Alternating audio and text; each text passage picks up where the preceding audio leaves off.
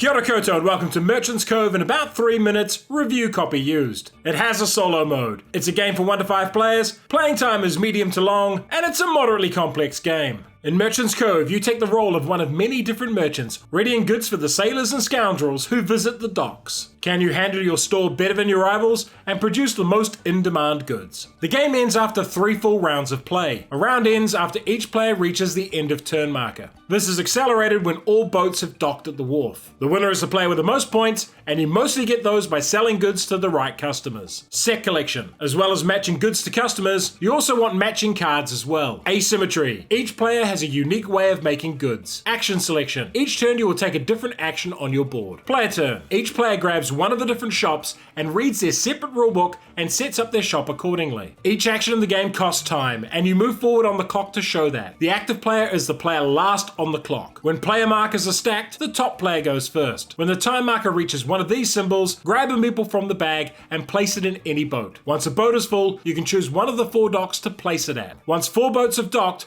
players will have a few more actions and then will sell goods. Meeples from the undocked boats are placed in their matching guilds and will impact final scoring. Move all the meeples from their docked boats to the adjacent wharf. The left dock only buys large goods, and their sale price is the base item value times the number of matching meeples. For yellow here that is 16, and for blue it would be 0. The middle wharf is where you sell small goods, and the same rules apply. So here red goods would sell for a lot more than the others. The final wharf will buy anything, so you could sell that large blue good here, but doing so draws corruption, which gives you negative points. But how do you get goods? Each shop does it differently. The alchemist uses their actions to collect marbles from their dispenser, placing them in cauldrons below, and can then turn cauldron marbles into goods. The captain sends their ships out to explore, and can fish for small goods or trade for large ones. The blacksmith places dice in their forges, and then uses actions to turn them into goods. And the chronomancer does wacky time stuff to obtain goods from the time stream. Each player also has 2 common actions. One is to select the townsfolk from the central display. This one here comes with a free good,